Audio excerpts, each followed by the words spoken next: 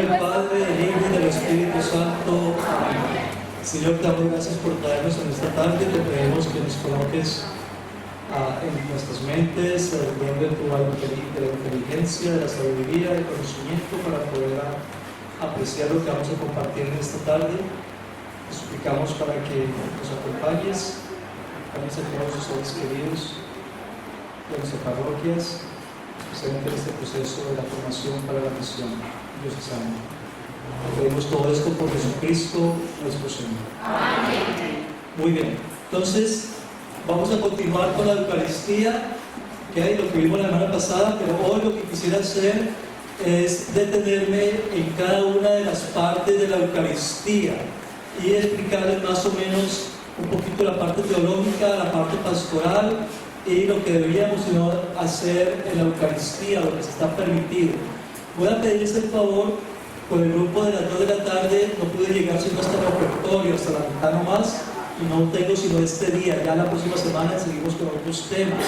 Entonces quisiera pedirles si las preguntas estuvieran enfocadas a cada una de las sesiones a medida que vamos hablando de ellas, porque a veces tengo muchas preguntas, pero si estamos en la parte inicial de la misa, no quisiera que me hicieran preguntas de la parte final de la misa, ¿okay? Si cada cosa en cada lugar para que nosotros sí podamos avanzar, ¿okay? Y si no es relacionado con la Eucaristía, no me haga la pregunta hoy, por favor, para que no perdamos de pronto un poquito de tiempo en ese sentido. Muy bien, entonces la semana pasada hablamos de la liturgia. Empezamos hablando de la liturgia y luego de la misa, de la Eucaristía. Vimos que la palabra liturgia viene del griego y significa un trabajo público que se hace en beneficio de otros. Ese es el objetivo. Es público, no es privado. El trabajo lo hacemos todos. Y va en miras del otro, no va en miras mías. La Eucaristía la liturgia no se acerca de mí. También dijimos que la liturgia por excelencia de la Iglesia es la Eucaristía. A ella llega todo lo que nosotros hacemos como cristianos y de ella sale todo lo que nosotros hacemos como cristianos. No podemos hacer un retiro súper bonito si no empieza o termina con la Eucaristía. No podemos hacer una conferencia arquidiocesana o una misión arquidiocesana si no tenemos una Eucaristía. Todo debe llegar y todo debe salir de la Eucaristía. En la Eucaristía hay 2 liturgias. ¿Okay? Pues hablando de la Eucaristía, está compuesta de 2 liturgias. La liturgia de la palabra y la liturgia de la Eucaristía como tal. Vamos a hablar de esas 2, ¿okay? Y de lo que precede. Antes, cada una de esas tiene unos ritos que introducen. Esas son las 2 partes principales de la Eucaristía, ¿okay? La liturgia de la palabra y la liturgia de la Eucaristía. Pero antes de la liturgia de la palabra hay unos ritos que llamamos ritos de entrada. ¿Okay? Que sirven para ambientarnos a nosotros en lo que vamos a celebrar. ¿Okay? Luego, antes de la liturgia de la Eucaristía hay unos ritos de ofertorio.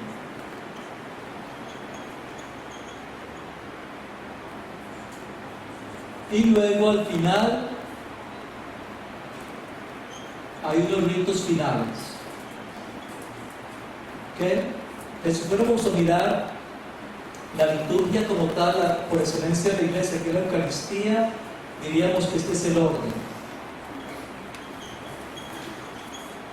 Primero, ritos iniciales. Segundo, liturgia de la palabra. Tercero, ritos del ofertorio. Cuarto, liturgia de la palabra. Perdón, de la Eucaristía, gracias.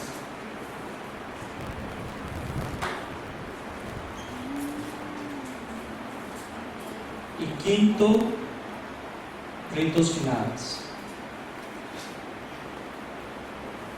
¿Okay? De esas 5 cosas quisiera yo hablar rapidito en este día, ¿okay? Lo que compone cada una de esas partes, ¿okay? Pero antes de hacer eso, quiero ponerlos un poquito como el contexto. En la antigüedad, cuando la iglesia empezó, ¿okay? Los primeros católicos, desde que Cristo subió al cielo hasta el año 72, 74 más o menos, ¿okay? O sea, como por los primeros 40 años de la iglesia católica, los católicos iban 2 veces a la iglesia, ¿okay? Los sábados ellos iban a la sinagoga. La iglesia católica empezó como una secta de la religión judía, ¿okay? Los primeros católicos eran judíos. Ellos iban los sábados porque el sábado es el día en que los judíos adoran a Dios. Iban a las sinagogas a escuchar la palabra de Dios. El rito principal de los judíos es reunirse los sábados a leer el Torah, uno de los 5 primeros libros de la Biblia, y a meditar acerca de eso, y luego hacer cánticos inspirados a Dios. Eso es prácticamente su culto. Eso era lo que los primeros católicos hacían. Los sábados, como eran parte de la religión judía, ellos iban a las sinagogas. Y los domingos, ellos se reunían en las casas de ellos con los discípulos de Cristo a la fracción del pan. ¿Vamos bien hasta ahí?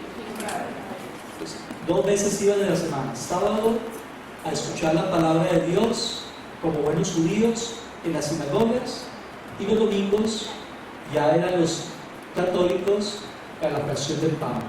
Los primeros católicos eran parte de la religión judía, y los judíos los llamaban a ellos la gente del camino. El primer nombre que se nos dio a nosotros los católicos fue la gente del camino.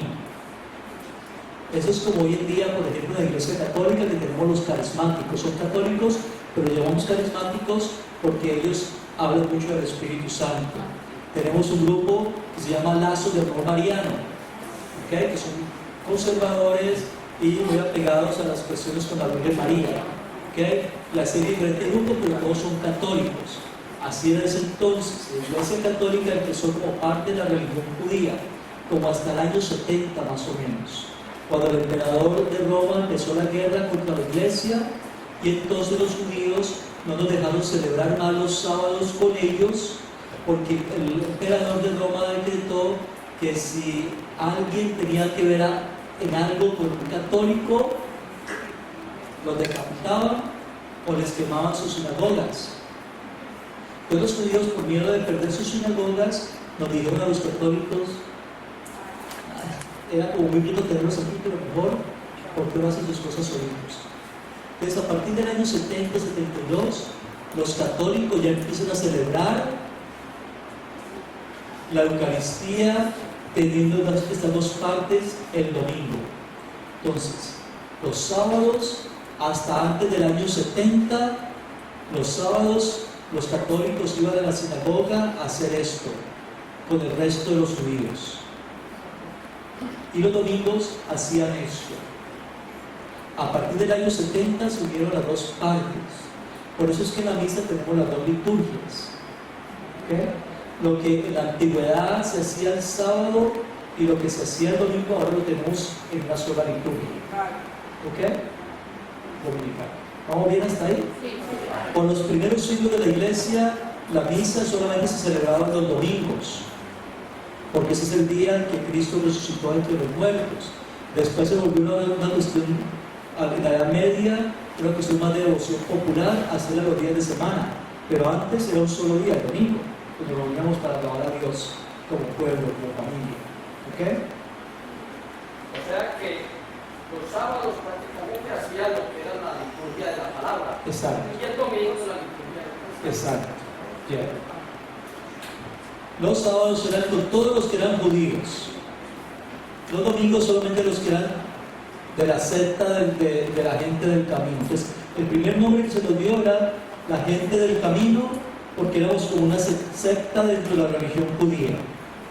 Después ya se nos va a llamar cristianos en Antioquía, ¿ok? En una ciudad allá cerca de Jerusalén. ¿Ok? Muy bien. Entonces, en la liturgia que tenemos hoy en día unimos las dos partes. ¿Ok? Vamos a hablar de cada una de ellas.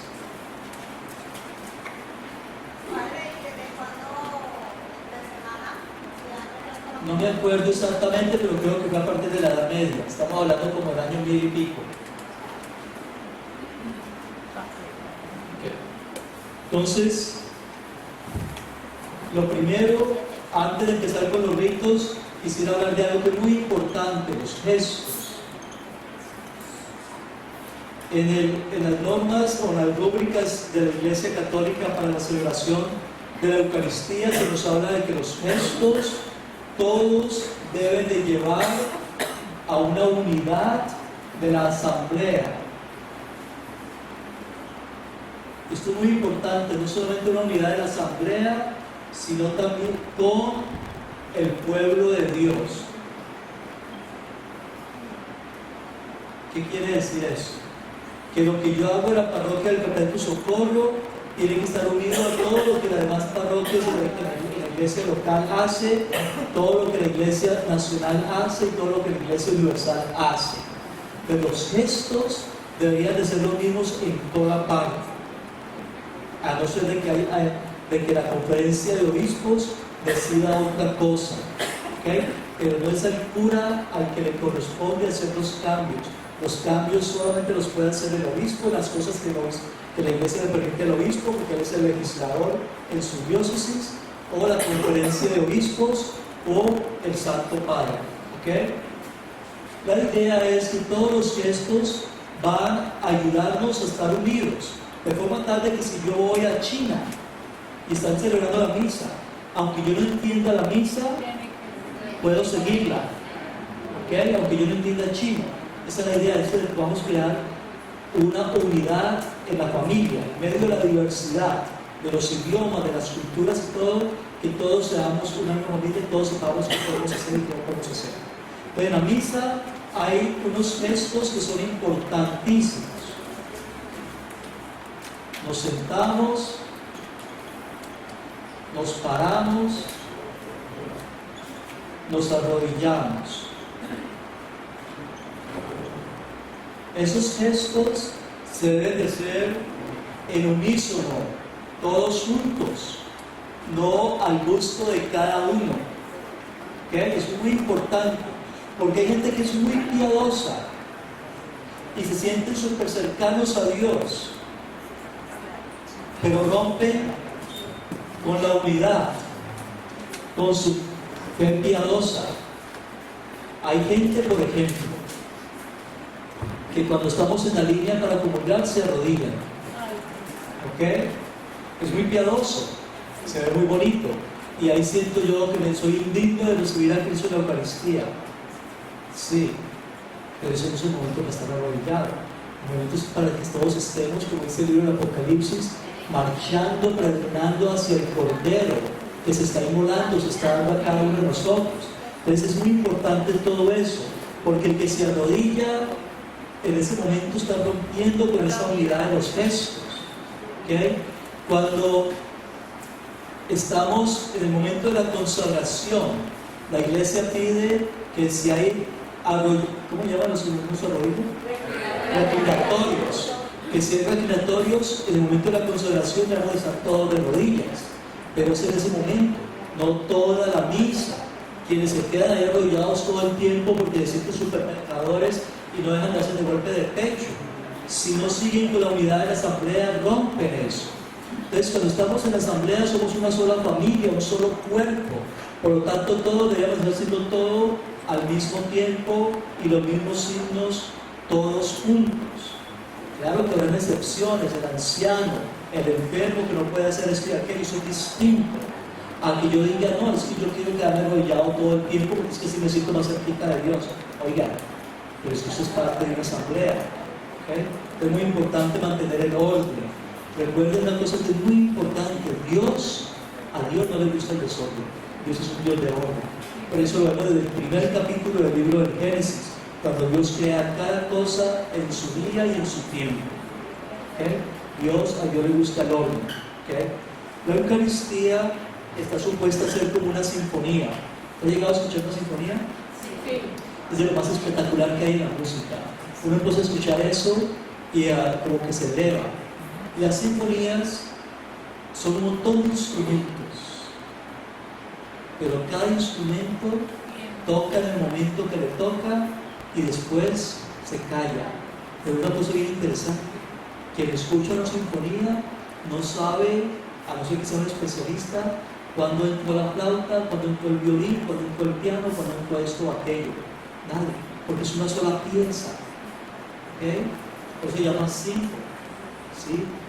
Todo va en acuerdo, en una sola hora. ¿Okay? En la liturgia todo debe ser así, una sola hora, donde no se ve una sinfonía, donde no se ve nada que distraiga. Los lectores deben entrar y salir como entra el violín en una sinfonía sin que nadie se dé cuenta. Lo mismo los ministros de la Eucaristía o los acólitos. La idea es esa, la música, todo tiene que ser de forma tal, porque es que es una sinfonía nos deja a nosotros maravillados. La liturgia debe dejar maravillado a Dios. Debe ser la orquesta de todos nosotros, sabiendo qué hacer y cómo hacerlo, en alabanza a Él. Esa es la idea. ¿Okay? Esa es la idea de una buena liturgia celebrada. ¿Okay? Entonces cada gesto tiene su sentido. El sentarnos es un signo de estar reflexivo, meditativo ante algo. Yo me siento para poder reflexionar, para poder pensar, para poder ponerme como en sintonía con algo. Como escucharse. El pararnos es un signo de alabanza. ¿Okay? Nadie alaba sentado, se alaba de pie. Es un signo de reverencia, de respeto. ¿Okay? Y nos arrodillamos para venerar. Esos son los tres gestos en la Eucaristía que hacemos. Y lo vamos a explicar cuándo se va a hacer cada uno de ellos. ¿Okay? Entonces, con eso en mente vamos a empezar. Empecemos con lo primero, los ritos iniciales.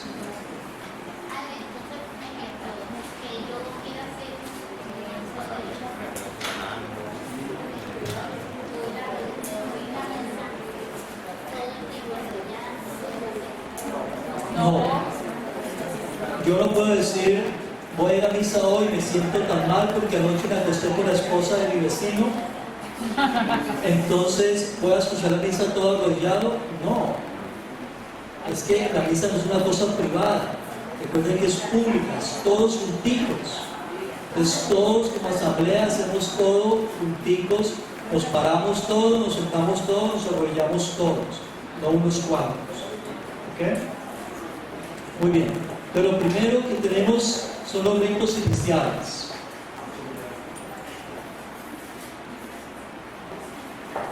El objetivo de estos ritos es ayudarnos a nosotros a prepararnos para toda la Eucaristía. ¿Okay? Esos ritos son varios, o consisten de varias cosas. Primero, el canto de entrada.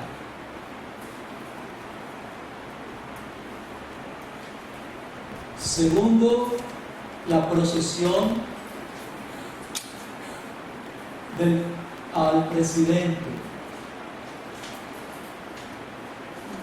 Tercero, saludo de acogida. Cuarto, acto penitencial.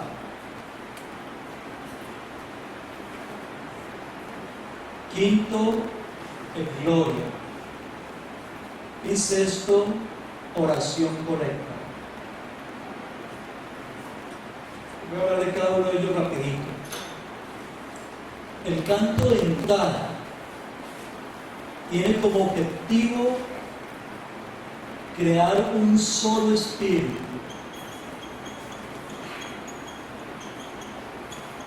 En la asamblea. Ese canto no es necesariamente para Dios, ese canto es para que nosotros nos pongamos en la misma sintonía, que todos podamos estar en una sola mente y en un solo espíritu, alabando a Dios. Entonces tiene como sentido, en otras palabras, congregarnos.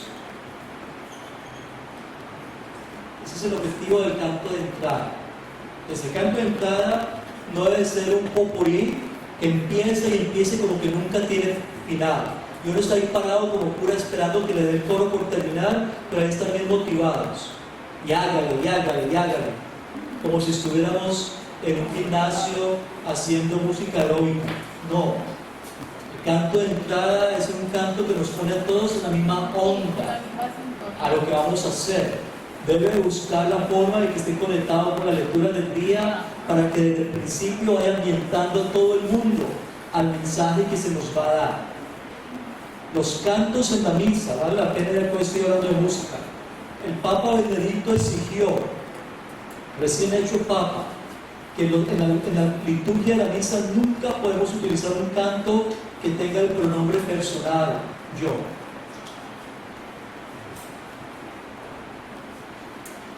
¿Ok? No se permite, no está bien en la misa. Yo no puedo decir, yo vine a alabar a Dios, hermano, yo vine a alabar a Dios. Esos canticos es muy bonito para un encuentro de carismáticos, pero en la misa ese canto no tiene cabida, porque en la misa todos los cantos, ningún canto puede tener, no es acerca de mí, es de nosotros, del cuerpo de Cristo. El canto es de todos. Entonces, cantos que tengan el yo vine a alabar a Dios, es uno muy común. ¿Cuál es el otro?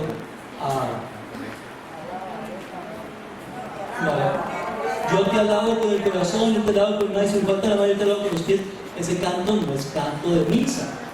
No todo canto cristiano es canto litúrgico. Es muy importante tener en cuenta eso. No todos los cantos que estamos en el grupo de oración, en una asamblea, en una reunión de cualquier cosa, se pueden cantar en la misa. No los cantos que canta un predicador en un concierto o una banda en un concierto son cantos de misa. La misa tiene su sentido. Pues el Papa Benedicto insistió mucho en eso, que la misa es acerca de todos, no de yo. Acuérdense, la misa es una liturgia, y la liturgia es acerca del otro, no de mí, se lo decía yo la semana pasada. ¿Se acuerdan? Tampoco en la liturgia el Papa Benedicto prohibió que cantáramos cantos que tuvieran el nombre de Dios, Yahweh, porque no lo sabemos pronunciar. Y el Papa dice, así como los judíos, nuestros antepasados nunca pronunciaban el nombre de Dios por respeto y por temor a Dios, nosotros no deberíamos de utilizar el nombre porque no lo sabemos pronunciar. La mayoría de nosotros no sabemos hebreo. ¿Ok? ¿Cómo decimos aquí? Llave. Dios no es una llave. Otros dicen Yahvé. Eso es como muy caleño, ¿no? Ya, ve. No, en vez de nosotros, ve, mira, ve. Ya ve. Entonces el Papa dice, el nombre de Dios lo respetamos, el nombre de Dios es sagrado. Entonces el Papa insiste que todos esos cantos que tienen el nombre de Dios, Yahweh, no lo deberíamos de cantar en la misa, para no respetar en el acto más sagrado de nosotros los católicos, salir respetando el nombre de Dios. ¿Okay? Es por respeto. ¿Okay? El canto de entrada es un canto para ayudarnos a congregarnos. El canto de entrada debe de terminar cuando el cura besa el altar. El cura no tiene por qué quedarse ahí esperando y esperando y esperando a que al coro se le antoje ya parar. Es que el que preside es el cura, no el coro. Y la misa no es un show para unos cuantos poder presentarse a la comunidad. Entonces tienes que tener muy en cuenta eso. ¿Okay? Entonces el canto debe terminar cuando el cura besa el altar. ¿Okay? El cura, sí. El canto de entrada es un canto que debe saber toda la asamblea, porque la idea es que nos ayude a congregarnos. Cosa distinta con el canto del ofertorio o los cantos de comunión.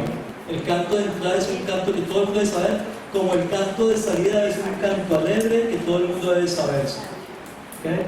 Muy bien. Luego viene, durante el canto de entrada, viene la procesión del presidente. Y las que estoy hablando del presidente, no del celebrante. porque todos somos celebrantes. En la misa todo bautizado es celebrante. El sacerdote es el que preside, es el anciano de la asamblea, por eso le llamamos padre, es el que nos reúne, ¿ok? Pero todos somos celebrantes. Es el presidente de la asamblea.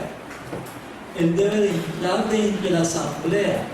Normalmente aquí en Cali el cura sale de la sacristía y está al altar, directo al altar, y ves al altar y empieza la misa. Técnicamente no debería ser así. Deberíamos de empezar desde atrás de la iglesia porque el cura es sacado de entre el pueblo.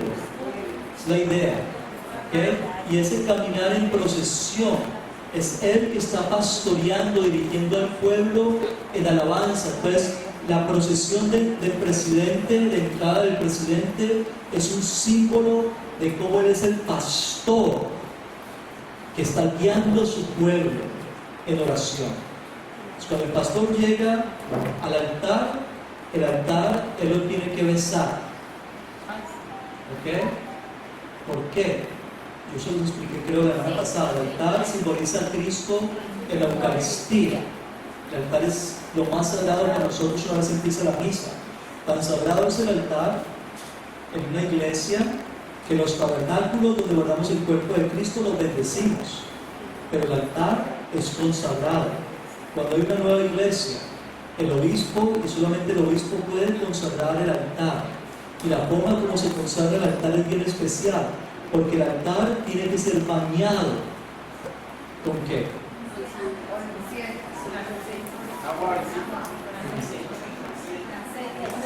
¿Con cuál aceite? Con el Santo Crisma, el aceite más sagrado de la Iglesia Católica. ¿Okay? Ese aceite lo utilizamos en el bautismo, en la confirmación, en la ordenación de sacerdotes y en la ordenación de obispos. Y cuando se consagra un altar, el obispo, esto es muy importante, el obispo tiene que agarrar y bañar totalmente ese altar con el Santo Crisma. La palabra crisma significa Cristo, pero tiene que empaparlo. Y los altares normalmente son de roca, entonces para que la roca pueda absorber ese crisma, pueda absorber a Cristo. Por eso es que el altar para nosotros es muy sagrado. Entonces el cura besa el altar para simbolizar con ese beso que él empieza ahora a ser Cristo. Si el altar es Cristo, al besarlo él entra en esa comunión con Cristo, entonces él empieza a ser empieza a actuar en persona Cristo para la asamblea. Después de que besa el altar, ahí cuando hace eso, él está parando la música, da el canto de entrada y el cura entonces hace el saludo de acogida. Cuando el altar no es fijo, o sea que es una mesa que se colocó ahí para celebrar una Eucaristía, ¿qué pasa? Se besa también. Lo ideal es que la Eucaristía sea celebrar en una mesa que es consagrada, en lo posible. Viene el saludo de acogida. El saludo de acogida es cuando el Padre dice en el nombre del Padre, del Hijo y del Espíritu Santo.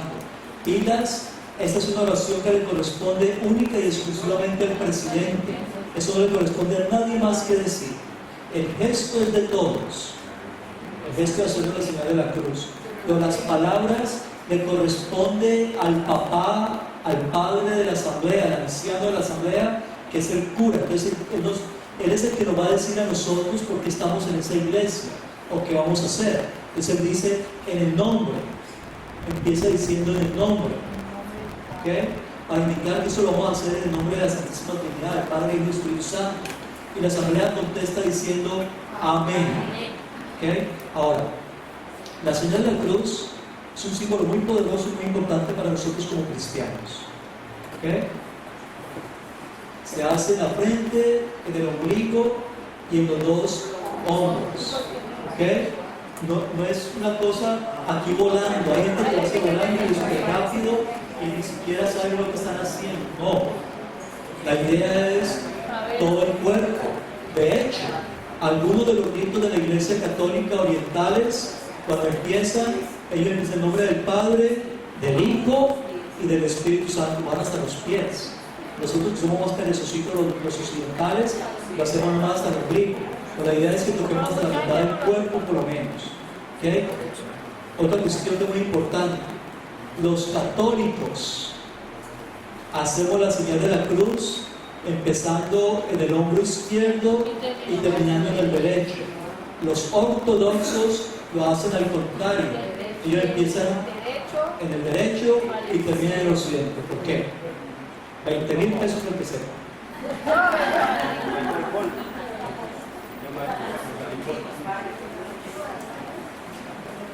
¿Me subo?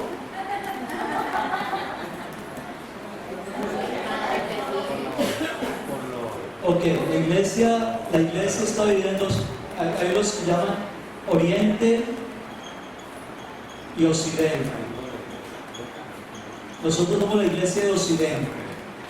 ¿Ok? Entonces, yo me pongo aquí. ¿Ok? Allá está el norte. ¿Ok? Entonces, norte, sur, oriente. El occidente siempre queda a la mano derecha. El norte, si usted se ubica hacia donde está el norte, el sol está por allá. El norte está para allá. El occidente siempre está a la derecha. Y el oriente siempre está a la izquierda. ¿Okay? Entonces, los que somos del rito occidental, que somos los latinos, nosotros terminamos en el occidente, porque somos del rito occidental, o sea, en el lado derecho, que es el occidente. Entonces, los orientales terminan en el izquierdo, porque ellos son del rito oriental. Es una forma que nos distinguimos los católicos y los orientales. ¿Okay? Fuera de eso, los orientales, ellos utilizan los 3 dedos, la Santísima Trinidad. Ellos siempre lo hacen en nombre del Padre, del Hijo y del Espíritu Santo. ¿Okay? Pero el besito en la mano, el besito, y eso es puro cuento que pasa de nosotros, pero no es necesario. ¿Okay? Luego, bueno, la cruz, la razón de la cruz es porque la cruz es el primer símbolo de nosotros como cristianos. Recuerden, los primeros 300 años de la iglesia fuimos perseguidos. Cuando Nerón decidió empezar la persecución, por la razón por la que los judíos nos sacaron de las sinagogas y empezamos a hacer rancho aparte, fue porque Nerón decretó que todo el que tuviera que ver algo con los cristianos, también con los católicos, también sufría la decapitación o la muerte. ¿Okay? Entonces empezó esta persecución contra la iglesia. Nos tocó empezar a celebrar la misa en catacumbas. No podíamos decir el nombre de Cristo en público. Entonces los primeros católicos empezaron a utilizar códigos para hablar entre ellos, identificarse entre ellos. El primer código que empezaron a utilizar ellos fue el de cruzar los dedos. Si yo sabía que ella era católica y yo la veía en la calle, como no podía utilizar el nombre de Cristo porque pronto me decapitaban, entonces yo simplemente cruzaba el dedo, hacía la cruz con el dedo y así era como nos dábamos el saludo, nos identificábamos. Así es como empezó la cosa. La cruz es el símbolo de liberación para nosotros, de salvación. Por eso es que todo lo que hacemos al principio y al final lo hacemos haciendo la señal de la cruz. ¿Okay? Hoy en día esto es para otra cosa, ¿no? Ayer llevé a uno de mis sobrinos al dentista y estaba ahí, él se quiere poner estos brackets. Yo lo llamaban que hicieron un estudio a ver si sí o no. Y entonces, cuando estaba ahí acostado en la silla, cruzó los dedos. Que tiene unas ganas de ponerse eso, y no, porque quiere ponerse su más doloroso y no nada. Pero ahí quiere que la moda. Son 2,5 millones que le va a costar a mi pobre hermana, que no tiene, pero ahí está él. Y le pregunté yo, ¿por qué tiene los dedos cruzados? Para que la doctora me diga que sí. Bueno, hoy en día hacemos eso para otra cosa, ¿no? Pero su origen era eso. El otro código que utilizaban los primeros católicos era el del pescadito. ¿Por qué? No.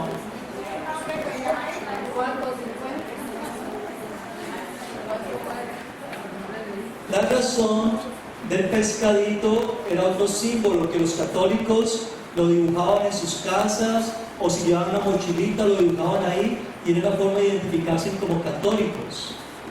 ¿Okay? Es un símbolo muy bonito, tan antiguo como la cruz. ¿Okay? Para nosotros los católicos. ¿Nadie sabe?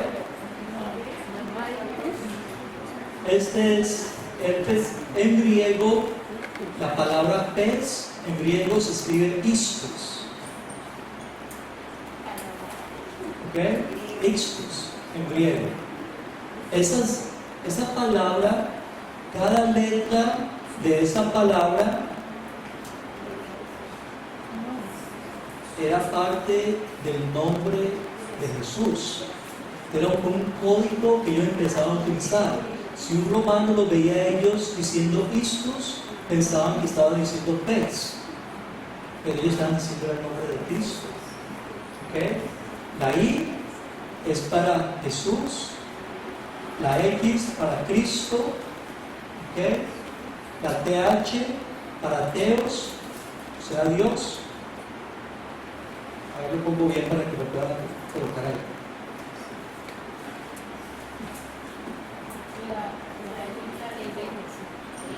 Jesús.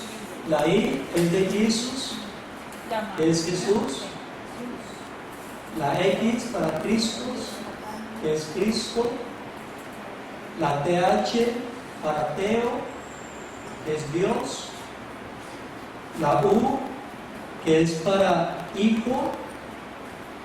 Y la S de Salvador. Entonces, Jesús, el Cristo, Hijo de Dios, Salvador. ¿Ok? Esa fue la forma como ellos se identificaban. ¿Ok? Pues cuando usted ve que hay carros que tienen atrás un dibujito de un pescadito, o usted va a una iglesia y ve que hay un símbolo de un pescadito, ese es el nombre de Jesús. O cada letra de la palabra Istus es la abreviatura del nombre de Cristo que los primeros católicos utilizaban para identificar el nombre de Cristo. ¿Ok?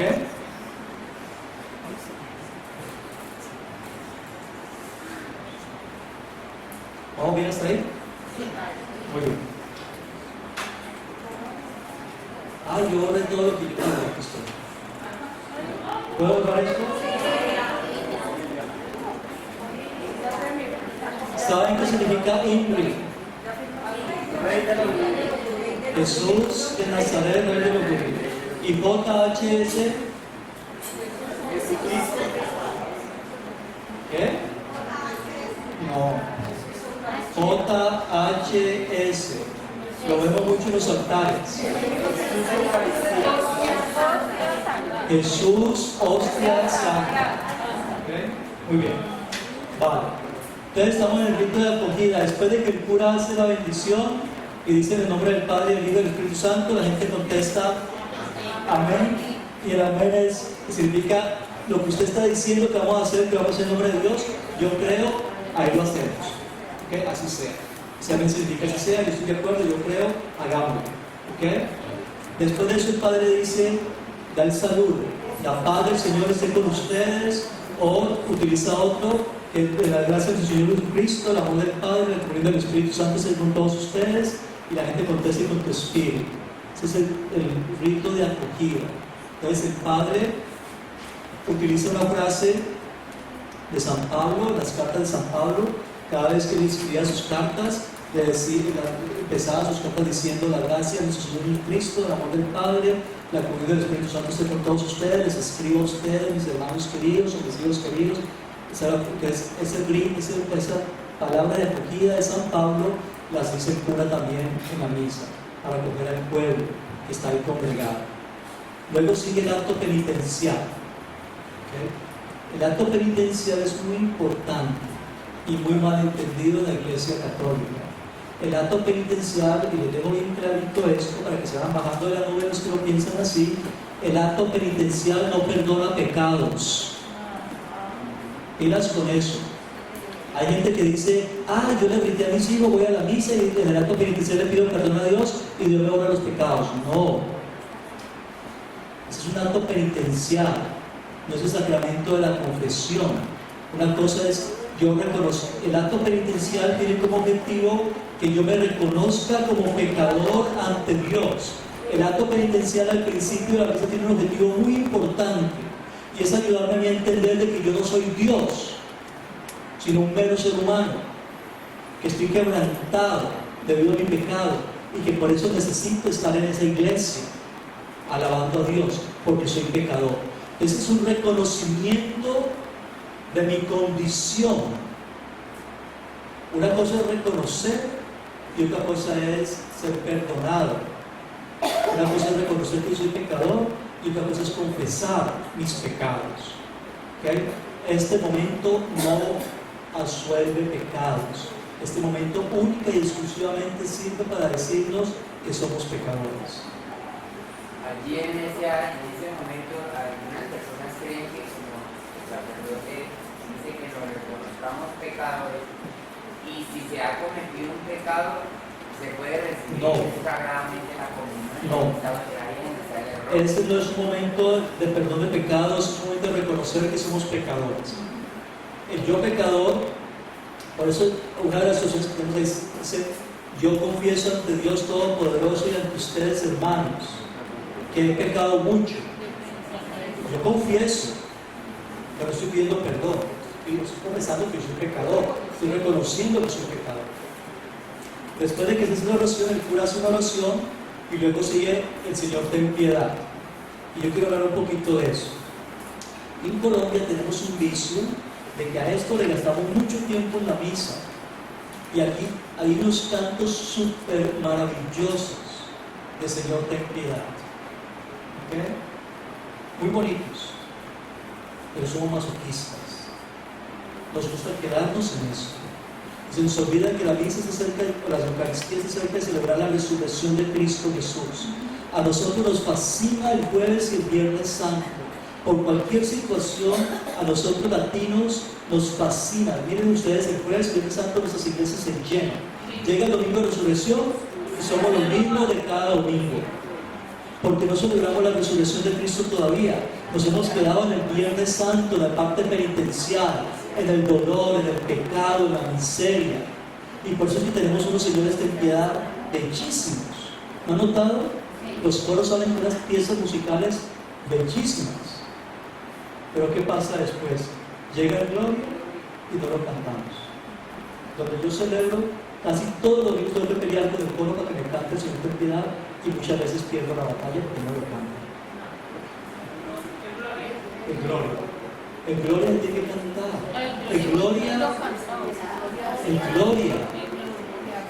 gloria es la primera alabanza en la misa, es la primera oración que se hace en la misa.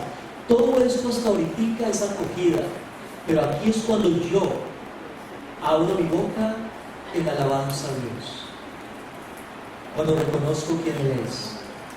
Y pilas con este canto, porque muchos coros piensan que cualquier canto, simplemente porque tiene la palabra gloria, va en ese momento, y no es así. Solamente se puede cantar las palabras que están contenidas en el gloria. Gloria a Dios en el cielo, te va a pasar a nosotros, que va al Señor, porque en esta gloria te adoramos, te glorificamos, te bendecimos, te damos gracias, Señor Dios, Rey Celestial, Dios Padre Todopoderoso.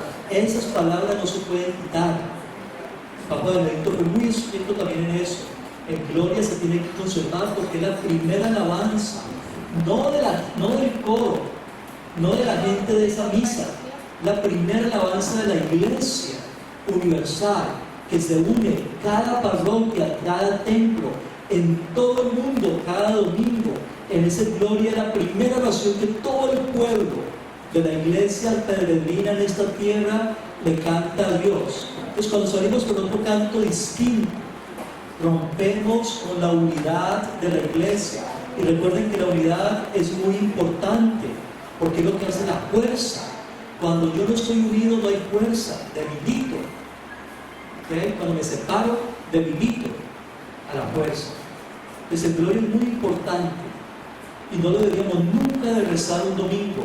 Debería ser siempre cantado, que es la primera alabanza. El Señor te envía a Dios, tiene que cantarlo. No hay que cantarlo. De hecho, en una buena liturgia, la única vez que se debería cantar es en el tiempo del Cuaresma.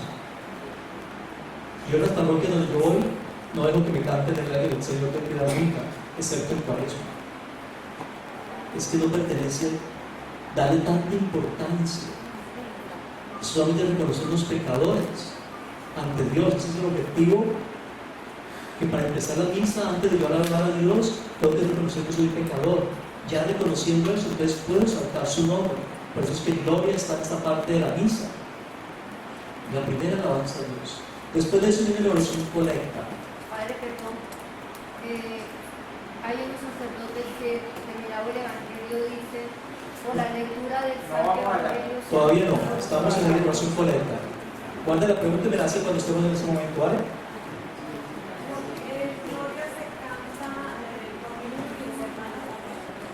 Los días de semana no hay gloria, solamente los domingos. Y no se canta durante el Adviento ni durante la Cuaresma.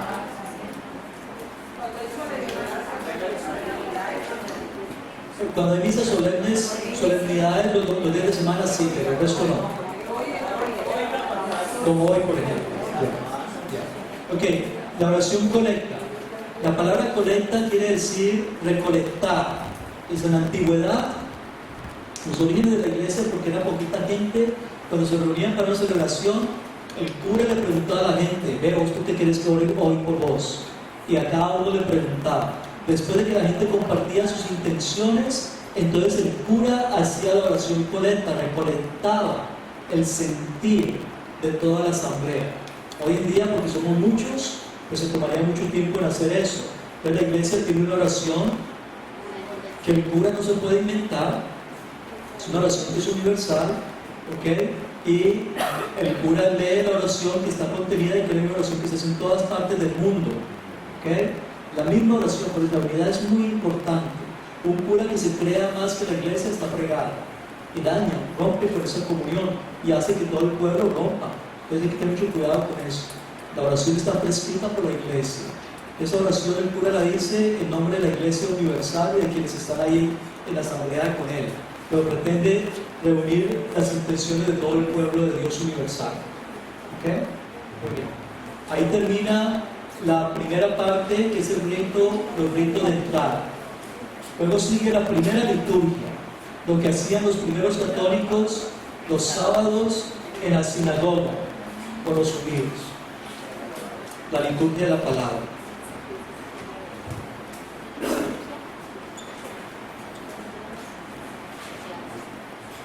La liturgia de la palabra está compuesta de estas partes los domingos. Una primera lectura, luego segunda salmo, tercero, segunda lectura, cuarto, el aleluya,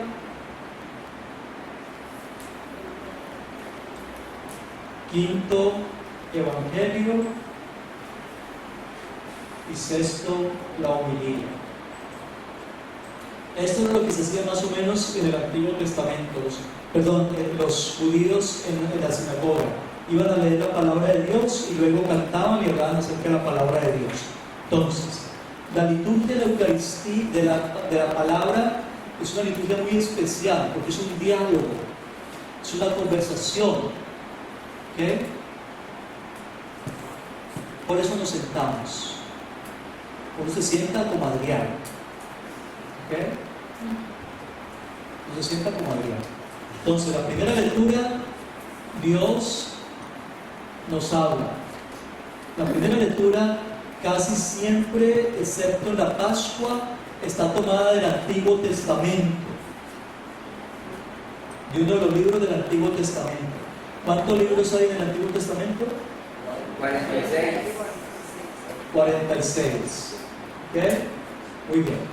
Luego viene el Salmo responsorial, que está tomado de uno de los 150 salmos de David, del rey David. Luego la segunda lectura es del Nuevo Testamento y pues el Evangelio es del Nuevo Testamento, ¿no? Entonces este es el orden. Dios Padre nos habla. Primero habla Él, en la primera lectura. Esta primera lectura siempre tiene el mensaje unido al Evangelio. El Evangelio y la primera lectura siempre están conectados. Si usted se siente y escucha atentamente, los dos van por la misma línea. ¿Ok? Entonces Dios habla, Dios habla. El hombre le contesta en el Salmo responsorial. Luego Dios vuelve y nos habla en una lectura del Nuevo Testamento. Y el hombre le contesta con el aleluya. Y como el mero habla, nos ponemos de pies. Como Cristo nos va a hablar, entonces nos ponemos de pies, porque va a entrar Él. Su primera entrada en la misa, en la Eucaristía, es cuando Él viene a hablar. Como en las sinagogas en Israel, Él va a entrar a compartirnos el Evangelio. Después nos ponemos de pies. ¿Okay? Es una conversación. La palabra aleluya, ¿saben qué significa? La palabra alelu, significa alabanza. Y ya significa la abreviatura para Yahweh, para Dios. La palabra aleluya significa alabanza a Dios en griego. ¿Okay? Es lo que significa esa palabra en griego, alabanza a Dios. ¿Okay? El Evangelio viene de uno de los 4 evangelios. ¿Okay? La Iglesia Católica, en su sabiduría, hace que los católicos, si usted va a misa durante 3 años, todos los domingos, usted ha escuchado la palabra de Dios, toda la Biblia. Si va todos los domingos, en 3 años. ¿Ok? Y si usted va todos los días de semana, en 2 años, escucha toda la palabra de Dios. Entonces las lecturas están divididas en 3 ciclos: ciclo A, ciclo B y ciclo C. En este año estamos en el ciclo C. El ciclo A es el Evangelio de Mateo, el ciclo B es el Evangelio de Marcos, este ciclo, que es el ciclo C, es el Evangelio de Lucas. Y el Evangelio de Juan lo utilizamos para la Pascua, más que todo. Y en el ciclo B, porque el Evangelio de Marcos es muy pequeño, entonces nos ayuda a complementarlo. ¿Okay? Pero esa es la forma como funciona. Casi en 3 años hemos ido por toda la Biblia. Si usted va los domingos, entonces es un los protestantes que los católicos no leemos la Biblia, ya no la leemos, pero la escuchamos. ¿Ok? No sé qué es eso. ¿Ok? Entonces, los domingos hacemos eso. Para el Evangelio nos ponemos de pies, porque Cristo es el que va a hablar, y Él es el Maestro por excelencia, es nuestro Salvador. Pero decirlo de reverencia nos ponemos de pies para escucharlo a Él. Y cuando lo escuchamos, el Padre nos saluda primero, diciéndonos: el Señor esté con ustedes. ¿Okay? Y luego nos va a proclamar el Evangelio, y nosotros nos persignamos 3 veces, en la frente, en la boca y en el corazón. En la frente, para pedirle a Dios que abra nuestro entendimiento para que podamos entender su palabra, que abra nuestras bocas para que podamos proclamar lo que hemos entendido, y que abra nuestros corazones para que podamos vivir lo que hemos entendido con el entendimiento y de lo que hemos hablado con nuestra boca. ¿Okay? Es que nos abra la mente, que nos abra la boca, que nos abra el corazón. La mente para entenderlo, la boca para proclamarlo y el corazón para vivir lo que hemos escuchado. Esa es la razón por la que nos persigamos. ¿Okay? Y nomás 2 cositas aquí como sugerencias de errores que se ven a veces en las parroquias. Algún lector por ahí que le gusta quedarse más del tiempo que tiene que quedarse en el amor, entonces dice: esta es palabra de Dios. ¿Esto está bien? No. Solamente palabra de Dios. Esto no se puede decir. ¿Okay? ¿Por qué no se puede decir? Porque el leccionario, la Biblia, no es palabra de Dios. Es decir, donde está la palabra de Dios. La palabra de Dios es oral, es lo que sale, lo que se proclama, no un libro. Entonces, no sé si ustedes han visto, la parroquia donde yo ayudo, el diácono agarra ese libro del Evangelio después de que lee el Evangelio, y se lo muestra a todo el mundo. Y luego dice: palabra del Señor. No, eso no es palabra del Señor. El libro se debe agarrar y mostrárselo a todo el mundo, porque no es el libro lo que es palabra de Dios. Lo que es palabra de Dios es lo que se proclama, lo que sale de los labios, del lector o del cura. ¿Okay? Es un error que cae mucha gente. ¿ok? Por tratar de meterle más mística a la cosa. Entonces no se puede decir esta, porque cuando decimos esta estamos diciendo que ese libro es palabra de Dios y no es el libro, es lo que se proclamó, ¿ok? Y no se debe mostrar el libro a la gente, ¿ok? Porque no ese es el libro, el que es palabra de Dios, es lo que se acaba de anunciar.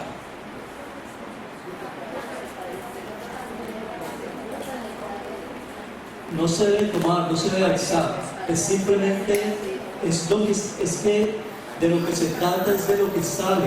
Recuerde, el mismo Dios nos lo enseña.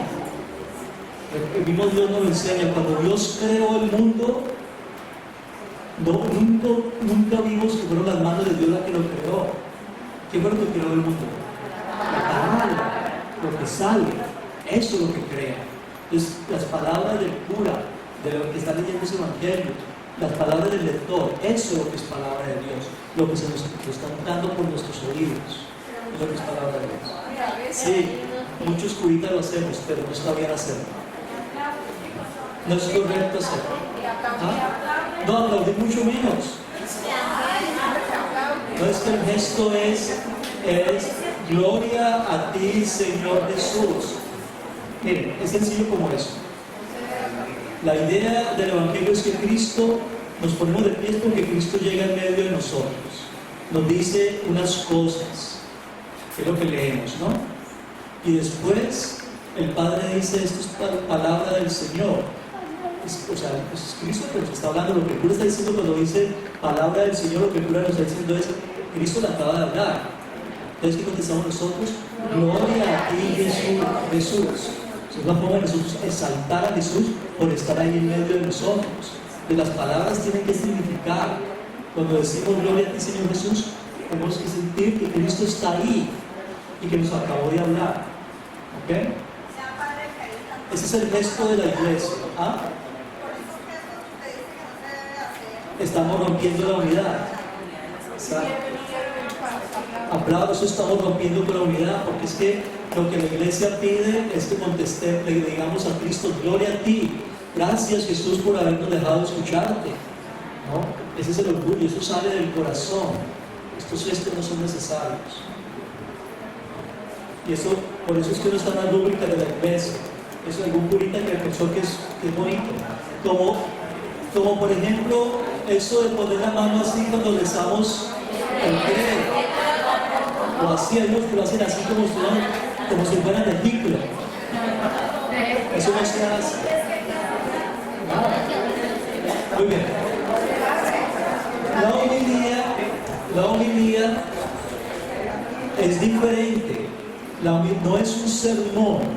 Después del Concilio Vaticano II, la Iglesia nos motivó a que no hiciéramos sermones, sino homilía. La homilía consiste en tomar la palabra de Dios y aplicarla a la vida de hoy.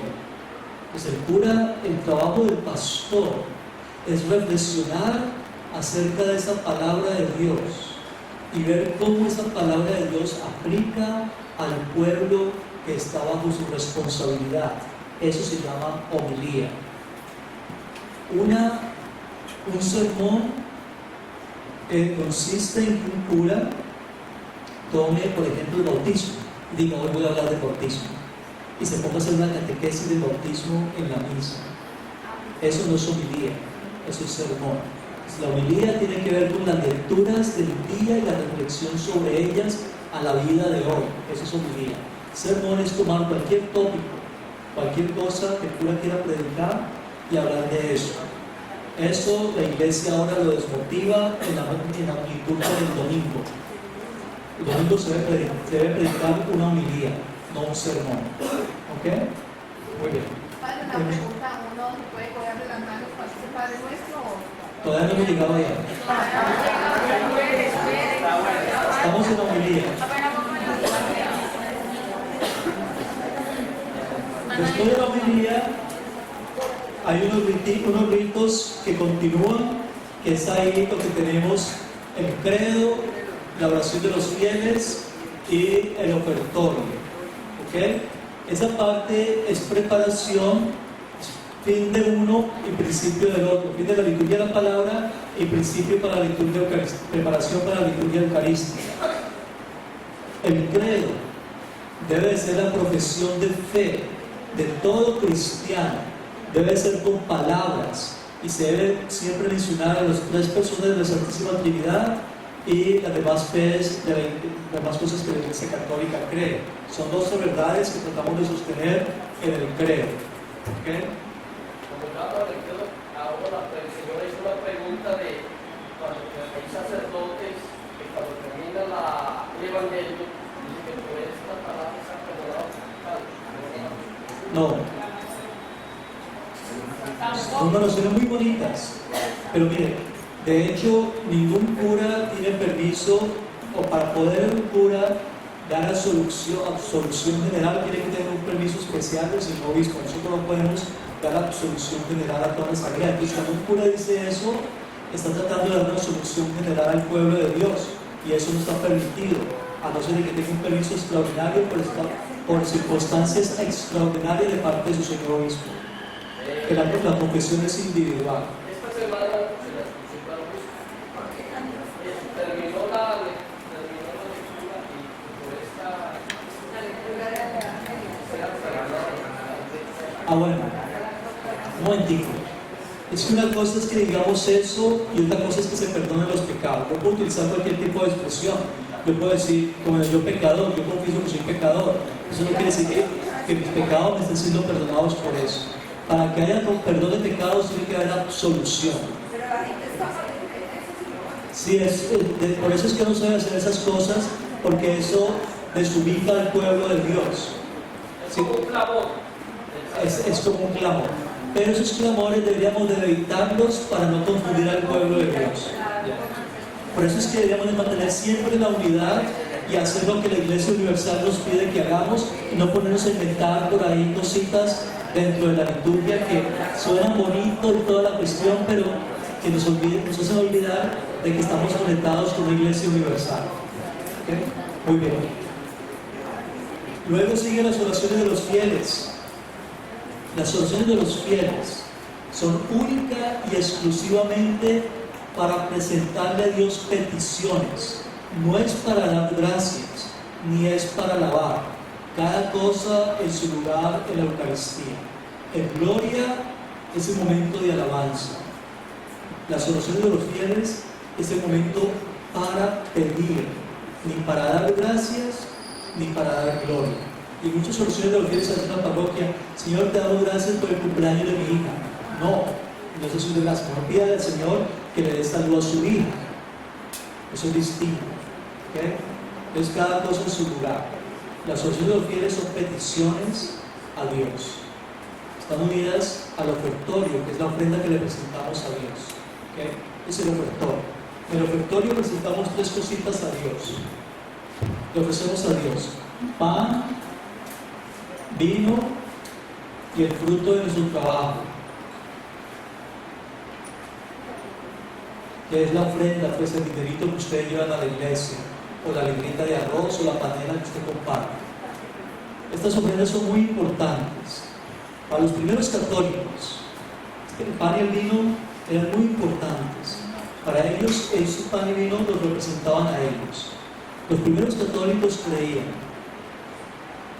que para hacer pan se necesitaban cientos de granos de trigo para hacer pan. Para hacer vino se necesitaban cientos de uvas. Pero esto es lo que es interesante. Para hacer pan no es suficiente que usted tenga 1 millón de granos de trigo. Usted puede tener todo un bulto de trigo, pero ese trigo no hace pan hasta que no suceda una cosa muy especial con ese trigo. ¿Okay? Y es que cada uno de esos granitos de trigo tiene que salir de su vaina, ¿no? De la espiguita, tiene que ser quebrantado y tiene que ser amasado con otros granos de trigo quebrantados. ¿No? Es un proceso. Pero miren el proceso. Primero está el granito de trigo en su vaina. Tiene que salir de su vaina, tiene que quebrarse para poderse mezclar. ¿Vamos bien hasta ahí? Es muy importante entender. Lo mismo la uva. Tiene que desprenderse de su racimo, tiene que dejarse quebrantar, partir, para poder ser amasada, y en la antigüedad era con los pies que amasaban el vino para que salga el jugo. Esas cositas para los primeros católicos eran súper poderosos. Eso decía, cada cristiano se veía, cada católico, como un granito de trigo. Esto es lo que es bien poderoso. A mí, hasta me de los pelos de punta cuando hablo de eso, porque esto es bien bonito. Para los primeros católicos eso consistía. Cada uno de nosotros, aunque somos hijos de Dios, tenemos que salirnos de la vainita en la que estamos metidos, de nuestro mundo, y reconocer que somos pecadores, estamos quebrantados. Por eso es que empezamos la misa con el acto de contrición. Esa es la razón por la que tenemos el acto de contrición en la misa, para ayudarnos a entender que somos pecadores, que estamos quebrantados. Yo quebrantado, tú quebrantada, él quebrantado, ella quebrantada. ¿Qué pasa aquí? Como ese granito de trigo está quebrantado, ese está quebrantado, ese está quebrantado, yo estoy quebrantado, nos podemos unir para hacer masa, para hacer pan, para la Eucaristía. Que los primeros católicos se veían como granitos de trigo quebrantados, o sea, pecadores. Pero es en el pecado, es en la miseria en la que nosotros nos podemos unir. Los santos no necesitan unirse para alabar a Dios, nosotros sí. Necesitamos el uno y el otro. Entre más pecador sea yo, más pertenezco al altar, más cerquita debería estar yo de ese altar, porque ese es el lugar donde Cristo, a mi pecador, representado en esa hostia, cada uno de nosotros es una de esas hostias. En la antigüedad era un pan, hoy en día es una hostia, pero cada una de esas hostias debería representarnos a nosotros. Por eso yo detesto cuando a mí me colocan solamente la hostia del cura y no me colocan hostias en la misa, porque cada una de esas hostias debería ser la hostia de cada uno de los feligreses. Más, por ejemplo, en la parroquia donde yo estaba en Estados Unidos, eso no lo empecé yo, pero el cura que estaba antes de mí tenía la costumbre de colocar una canasta llena de hostias en la parte de atrás de la iglesia, y cada parroquiano a medida que iba llegando colocaba la hostia ahí, en la canastita, y luego se llevaban en procesión al altar y se consagraba por cada uno de los que estaban ahí. Pero esa es la idea, es que cada uno de nosotros hace el pan en nuestra quebrantez, en nuestro hecho de ser pecadores. Es lo que hace el pan. Entonces, ¿qué pasa? Dios en su infinita misericordia te agarra a ti quebrantado, me agarra a mí quebrantado. Cristo nos agarra a cada uno quebrantados por nuestro pecado y nos amasa. La Eucaristía es Cristo quien amasa, quien prepara ese pan para dárselo a su Padre Celestial. Entonces, en el ofertorio el cura agarra el pan que ustedes presentan, y el pan debería venir desde la mitad o desde atrás de la iglesia, no desde la sacristía o de una mesita ahí al lado del altar. Eso debería venir de la gente, porque ese pan representa a la gente, el vino representa a la gente. Debería ser esa ofrenda que va en procesión a ese altar de todo el pueblo de Dios que quiere llegar a ese altar y decirle a Jesús: Jesús, necesito que me amases junto con los demás pecadores, porque quiero ser la ofrenda tuya al Padre. Porque ¿qué va a hacer el Padre? El Padre va a tomar ese pan y lo va a transformar después en el cuerpo de Cristo. Entonces, ¿qué es lo que pasa en la Eucaristía? El milagro más grande, diría yo, que pasa en la Eucaristía no es el simple hecho de que Dios cambie pan y vino en el cuerpo y la sangre de Cristo. El milagro más grande de la Eucaristía sucede cuando usted y yo somos penetrados por Cristo.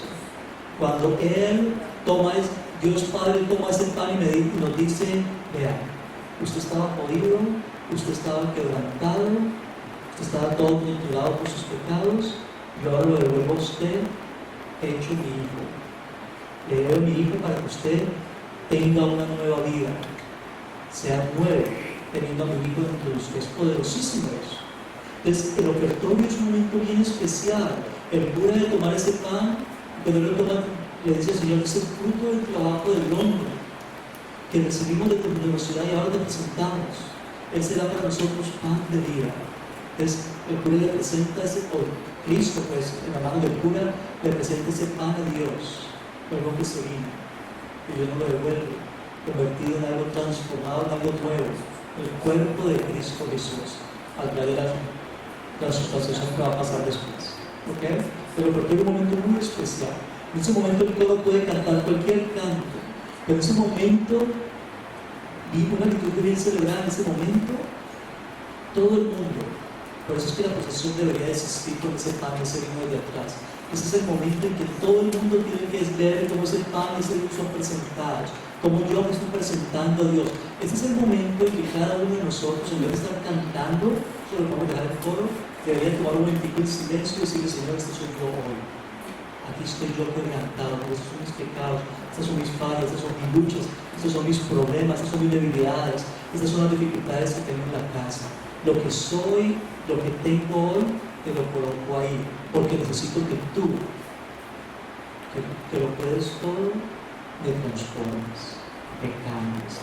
Entonces yo me voy a presentar como los primeros católicos hace 2000 años, yo me voy a presentar con ese pan y ese vino en ese altar. Y el cura, que es Cristo, me toma a mí, como toma cada uno de los quebrantados que están en esa iglesia, y se los presenta al Padre. Me dice: por estos yo morí, esta es mi ofrenda a ti, Padre. Por eso es que Dios Padre la recibe y la santifica, nos transforma a nosotros, dejándonos que Cristo nos penetre y nos sostenga. ¿Vale? Pues insistan las oscuras que hagan la procesión con el pan y el vino. Es muy poderosa. Y eso le pertenece a ustedes, porque el pan y el vino es presentado por ustedes, no por el cura, ni por la parroquia, es por ustedes. Ese pan y vino viene del dinero que ustedes dan. ¿Ok? Hay parroquias, por ejemplo, donde se encargan familias, cada familia, el padre les asigna a cada familia comprar las hostias para el domingo siguiente. Y se ahorran un poquito de dinero y el vino, y la gente lo siente más personal, que su ofrenda. ¿Okay? Muy bien. Luego sigue la plegaria eucarística. En ese momento de los destorios, yo puedo presentar, por decir, que pongo a mi padre, a mi madre, o el alma de mi padre, o el alma de mi padre. Oh, ese es el momento. Ese es el momento. Todo lo que yo tengo y todo lo que yo soy.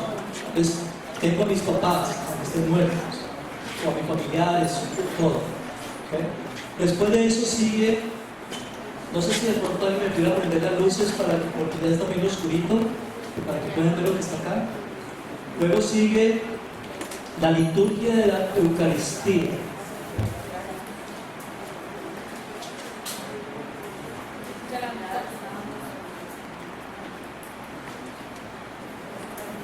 La liturgia de la Eucaristía. ¿Okay? Esta empieza con el prefacio, el santo, la plegaria eucarística,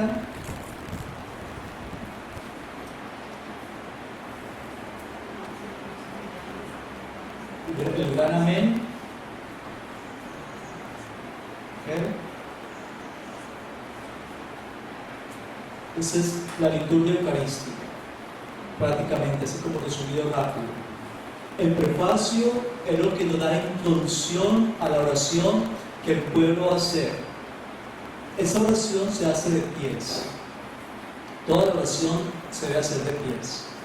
Solamente hay un momentico donde nos arrodillamos, pero en sí toda la oración viene, la plegaria eucarística está compuesta prácticamente de todo esto.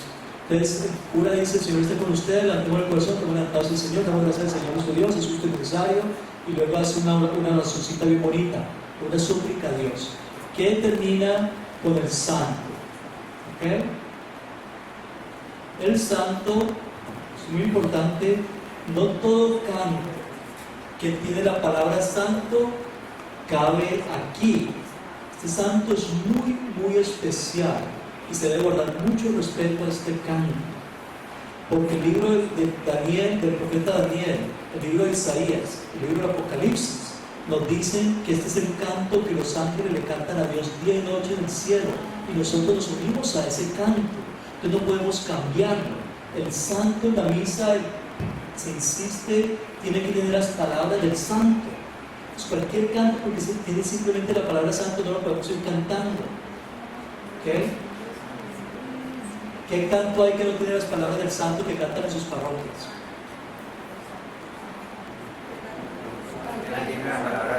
Santo, santo, santo, dicen los querubines, santo, santo, santo, nuestro Dios ya ve.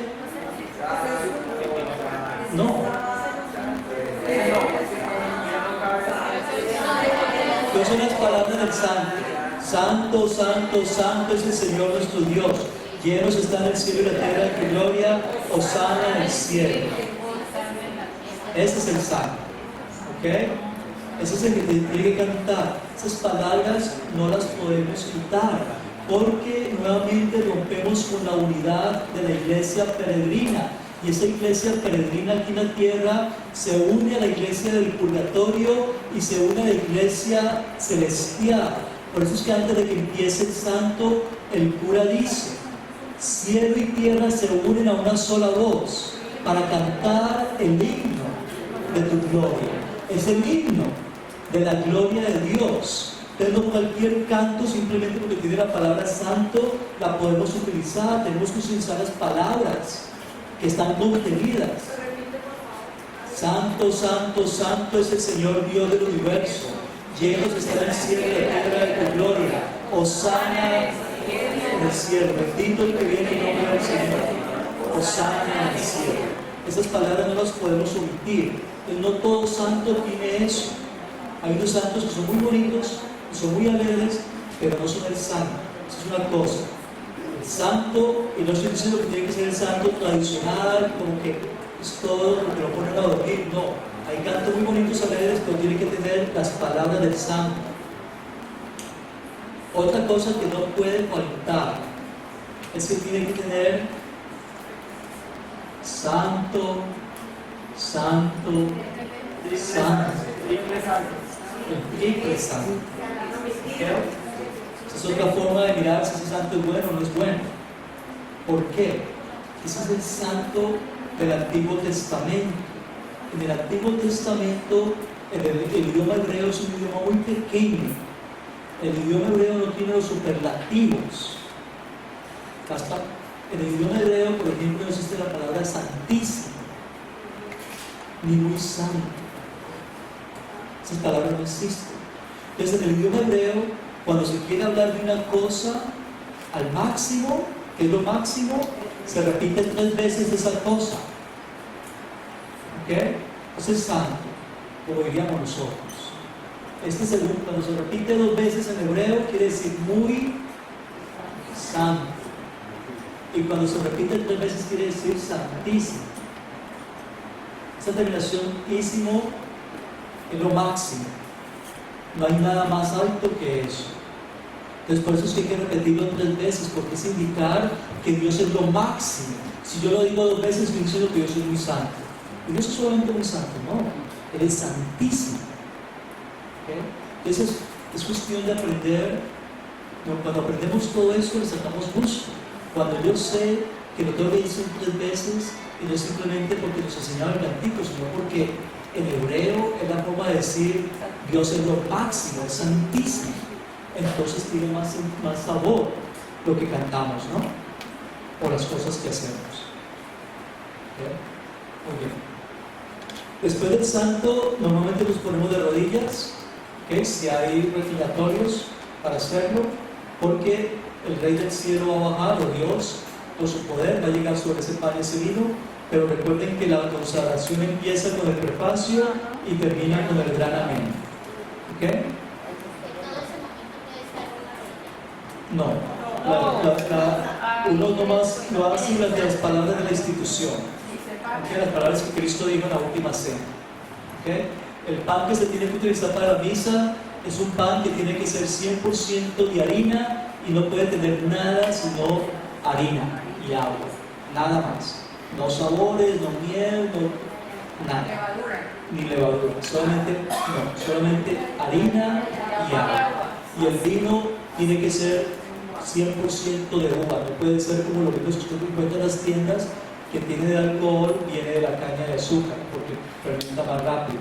No, tiene que ser 100%. No es que el vino de consagrar, si usted toma mucho se emborracha rápido porque es vino que es fuerte, ¿ok? Porque todo el alcohol es de uva, la fermentación dura más, ¿ok? Muy bien.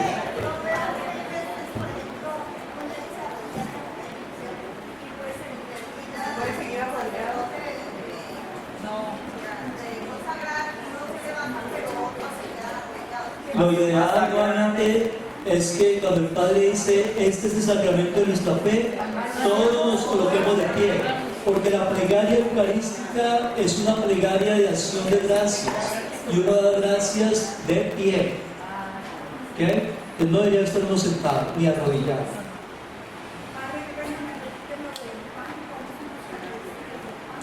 El pan tiene que ser de harina y agua no más. Muy bien. El gran amén es la culminación de la plegaria eucarística. La plegaria eucarística es una oración de alabanza a Dios en la que a Dios le pedimos por todo. Le pedimos por la iglesia, por la paz del mundo, le pedimos al Señor por nuestras necesidades, le pedimos a Dios por nuestros difuntos y le pedimos a Dios porque nos dé la heredad del reino de los cielos. Esos son los elementos principales de los que se habla en la plegaria eucarística. Es toda alabanza a Dios en la que le pedimos al mismo tiempo por la Iglesia Universal, el Papa, los obispos, los demás obispos, por el clero, luego por los difuntos, luego por nosotros, por nuestros seres queridos y luego por el regalo de la vida eterna. Cuando se termina toda esa oración de alabanza bien bonita que llamamos la plegaria eucarística, entonces el Padre toma el pan y vino, los eleva en una alabanza que dice por Cristo, es la doxología, que dice por Cristo, con Él y en Él. ¿Por qué dice por Cristo? ¿Cuándo? No. Hay que estar de pies. Sí. ¿Por qué el Padre dice por Cristo, con Él y en Él? ¿Se acuerdan? Cuando viene el Padre agarra el pan y el vino y los eleva a Dios. Y dice por Cristo, con Él y en Él. ¿Por qué? Porque el pan y el vino ya están convertidos en el cuerpo y la sangre de Cristo. A través de toda esta oración, que empezó con el prefacio, cuando el Padre le preguntó, le dijo a usted, el Señor esté con ustedes, levantemos el corazón y todo eso, hasta aquí, el pan y el vino han sido consagrados. Entonces ya como terminó la oración, el cura los puede agarrar y decir, por Cristo, se lo pasa el Padre, por Cristo, con Él y en Él, a ti Dios Padre omnipotente, en la unidad con el Espíritu Santo, todo honor y toda gloria, por los siglos de los siglos. Y ahí es donde la iglesia debe cantar con unas ganas el amén, pero con unas ganas que no le queden pues aire. No, la oración sí, pero el amén es el pueblo. No, es una oración presidencial. El amén es el del pueblo y debe cantar si es posible. ¿Okay? Y después de eso empiezan ya los ritos de comunión, de preparación para la comunión.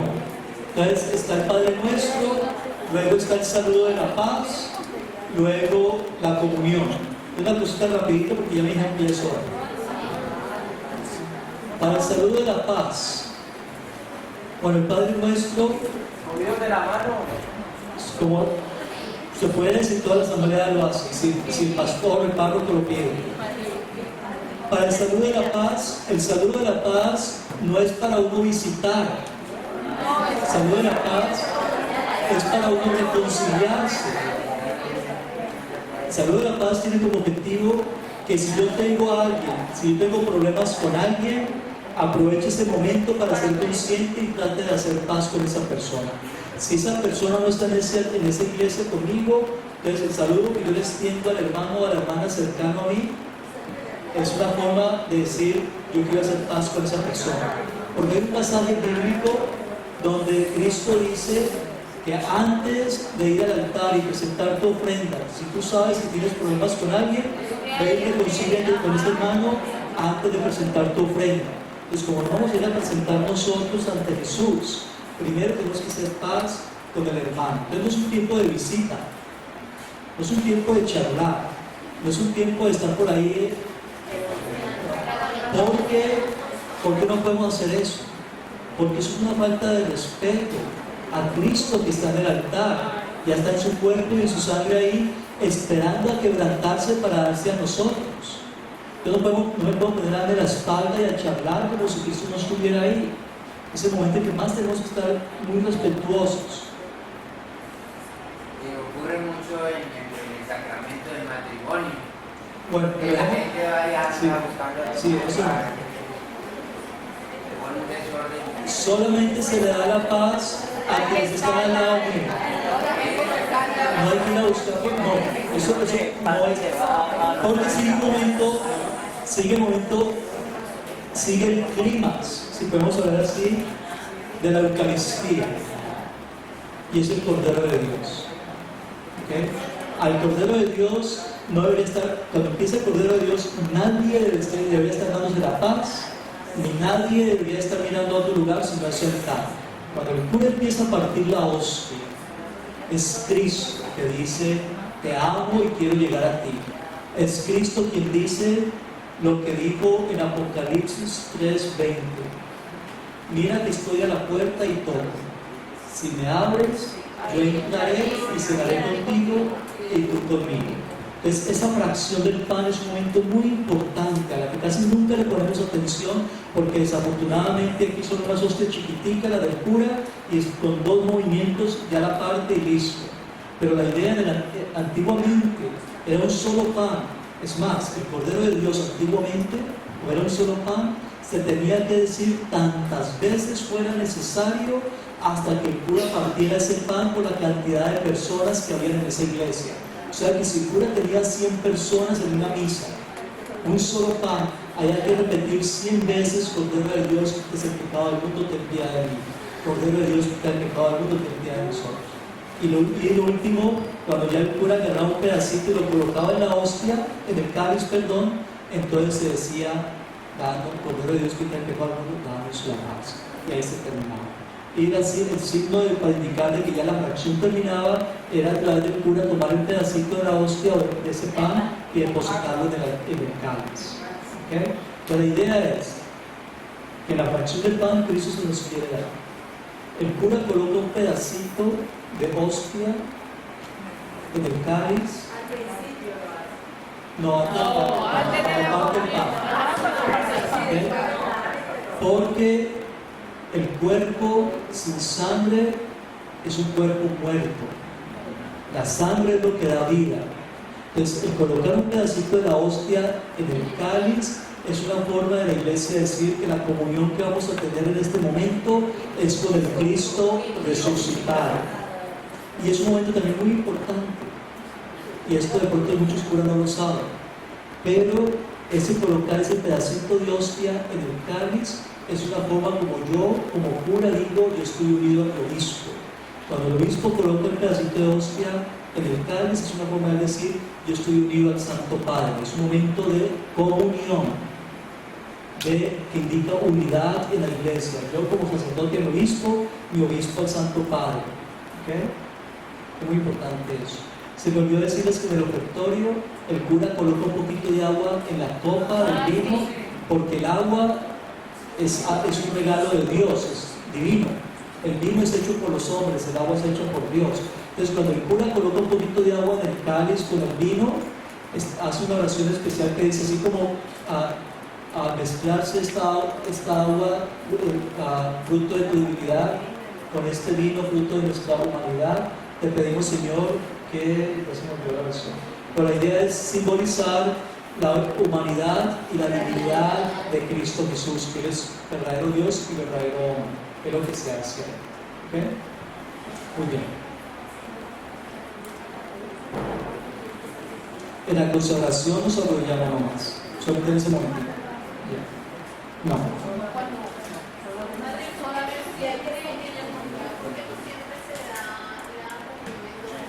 Deberíamos, pero no sé por qué aquí no lo hacen. Porque sale muy claro el vino, seguramente el vino acá, pero la idea es poder tener los dos.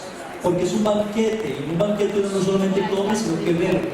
Debería ser los dos para tener pero de todas maneras la comunión con la hostia es la comunión con el Cristo resucitado.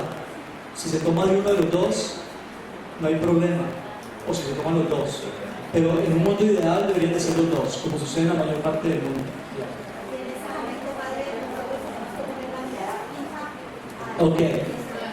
La otra es que cuando se va a la procesión de comunión, deberíamos de esperarnos los unos con los otros, siguiendo la enseñanza del libro del Apocalipsis, que vamos a ir los escogidos por Dios para participar de la boda del banquete del Cordero.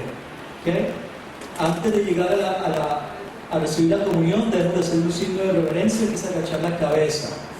Lo debemos de hacer como una persona antes, para no posponer o alargar el momento. ¿Okay? Hay dos formas de recibir la comunión. La una es la forma infantil y la otra es la forma adulta. Me van a matar por eso. Por mucho tiempo en la iglesia se nos enseñó a ser infantiles, a ser niños. Entonces la hostia es en la boca, como cuando un papá le da la comida a su niño recién nacido o a los niños pequeños, porque no se nos considera como capaces de comer por nuestra propia cuenta. ¿Okay? Es la tradición más común en América Latina y yo entiendo por un montón de razones. ¿Okay? La otra es el de recibir la hostia en la mano, a la que yo pienso tiene más sentido porque el sacerdote nos presenta a Cristo. Yo no lo puedo, por cierto, hay gente que a veces va a comulgar y le agarra la hostia al cura de la mano, no puede, nunca. ¿Okay? El cura tiene que colocarla, los inicios de la Eucaristía a veces hacen eso, ¿no? Uno dice el cuerpo de Cristo y lo quitan a uno de la mano, o agarra la patena del altar. Siempre el cura, por ser el padre de la asamblea, tiene que entregar el cuerpo de Cristo, ya sea depositándoselo en su boca o depositándoselo en su mano. ¿Okay? Pero la idea de la mano es poder hacer como una cunita en la que el sacerdote le pueda colocar al Cristo y que usted, consciente de lo que está haciendo, lo lleve a su boca y quiere entrar en comunión con él. Cualquiera de las dos formas son normales. Yo personalmente pienso, es una opinión muy personal, que un adulto cristiano debería de recibirla en la mano. Es mi opinión muy personal, no les estoy tratando de lavar el coco, pero es una forma de uno decir, tengo a Cristo. Hay gente que dice, pero es que con mi mano peco. Ya, es cierto. Pero Santiago su carta dice que pecamos más con esta que con estas, ¿no? Entonces, si nos ponemos muy puritanos de que hoy no, que es que mi mano están sucias, porque he pecado, pues primero pecamos con esta, ¿no? Entonces, pero la cuestión es, si va a recibir la comunión en la mano, si usted es derecho, la idea es que usted coloque la mano derecha abajo y la mano izquierda arriba para que la hostia sea depositada en la mano izquierda, y así usted pueda tomar con su mano derecha la hostia y llevarla a la boca. Si usted va a tomar la hostia en la mano, por favor, tenga en cuenta, usted no puede apartarse de la presencia del cura hasta que usted no lo tenga en la boca. ¿Ok? Si usted es ministro de la Eucaristía, no puede dejar que nadie se lleve la hostia en la mano. Tiene que parar a la persona y asegurarse de que se la coloque en la boca. ¿Okay? Es muy importante eso, para evitar que sea utilizada en culto satánico o para otras cosas, ¿no? Para falta de respeto.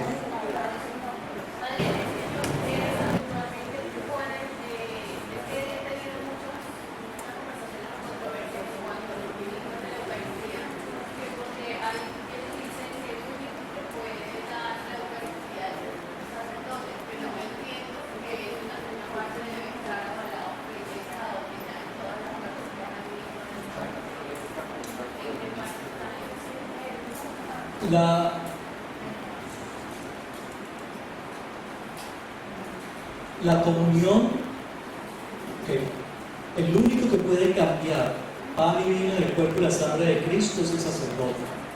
Okay. Quienes pueden dar el cuerpo de Cristo ordinariamente es el obispo, el sacerdote y el diácono. Son los ministros ordinarios de la comunión. La iglesia, debido a la cantidad de feligreses, el señor obispo puede conceder permiso a laicos para que sean ministros extraordinarios de la comunión. Cuando se habla de extraordinario, no quiere decir que esa persona lo puede hacer cuantas veces quiere, cuando quiera. No, cuando el cura le pida, no más. ¿Okay? Entonces, una persona que porque es ministro extraordinario de la comunión puede llegar el día que quiera, a la hora que quiera y abrir el tabernáculo y dar comunión. No.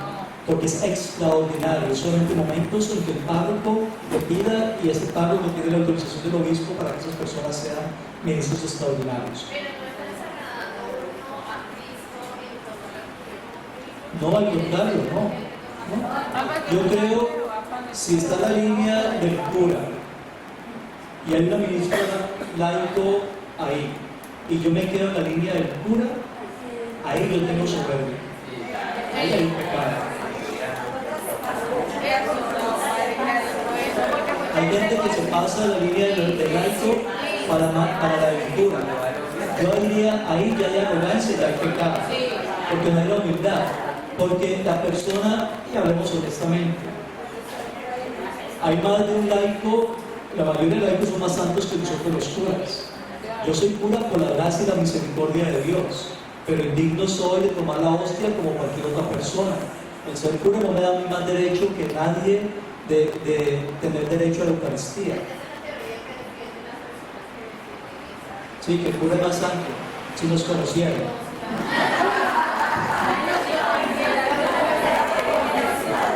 Las señoras que trabajan en las parroquias, los que están ahí, que mantienen pendiente en las parroquias, saben que los curas no somos los seres humanos más fáciles de vivir ni de compartir. Desafortunadamente no somos todo lo que debemos de ser. Somos humanos como cualquier otra persona. Pero, y ese es uno de los problemas que colocamos a veces al cura tanto en un pedestal que crean el tipo de conflictos. Cuando todos, si el Señor obispo lo permite, somos llamados a ser miembros activos de la celebración. Entonces, escogemos a unos cuantos para que ayuden con la distribución de la Eucaristía. Hablando de eso, hay un principio en la Iglesia que es muy importante de tener en cuenta, y es que un símbolo en la Eucaristía nunca se repite. Es muy importante. Ni un ministerio debe de ser hecho, más de un ministerio no debe ser hecho por alguna persona. Esos son dos principios muy importantes. Que hay gente que es ministro de la Eucaristía, es alcohólico y es lector en la misma misa. No. Porque recuerden que la liturgia es un acto público. Todos tenemos que trabajar. Entonces, cuando un ministro de la Eucaristía quiere ser lector y quiere ser monaguillo y quiere tocar la campana y hasta le quiere celebrar si puede, eso se llama, quiere ser el coro, eso se llama control. Eso no es ministerio, eso es control. Entonces, debe haber un solo ministerio por cada persona. Uno va a estar metido cantando y leyendo, o el ministro de la Eucaristía y leyendo, eso no está bien. Como tampoco está bien duplicar símbolos. El lavado de las manos es única y exclusivamente para el sacerdote. Eso, los ministros de la Eucaristía no tienen lavarse las manos en la misa. Eso se convierte en un show que distrae a la gente. Eso no se va a hacer. Usted como ministro de la Eucaristía, antes de empezar la misa, debería lavarse las manos, y muy bien lavaditas. Pero en la misa, el único que debería lavarse las manos es el cura. No se puede duplicar símbolos. Eso es un principio. Porque estamos mal acostumbrados. Pero, ¿qué pasa? Cuando el cura está partiendo el pan, la fracción del pan, el momento más sagrado, en cuanto después de la consagración, cuando Cristo se nos quiere dar a nosotros, y los ministros de la Eucaristía ahí están pregando, lavándose la mano, ¿qué hace la gente? Se pone a mirarlos a ellos, lo que están haciendo, en vez de mirar lo que está pasando en el altar. O lo que pasa en algunas parroquias, que van y empiezan a recoger la limosna, y el cura está haciendo la oración, la consagración, o está haciendo la plegaria eucarística, y aparece alguien con la bolsa y se sube al altar a colocar esa bolsa de dinero.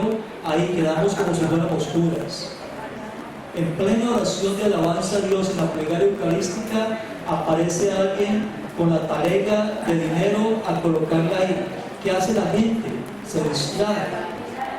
¿De acuerdo lo que les decía hoy a ustedes? Que la liturgia es como una sinfonía donde cada instrumento entra y toca cuando tiene que tocar y sale cuando tiene que salir, pero nadie lo nota.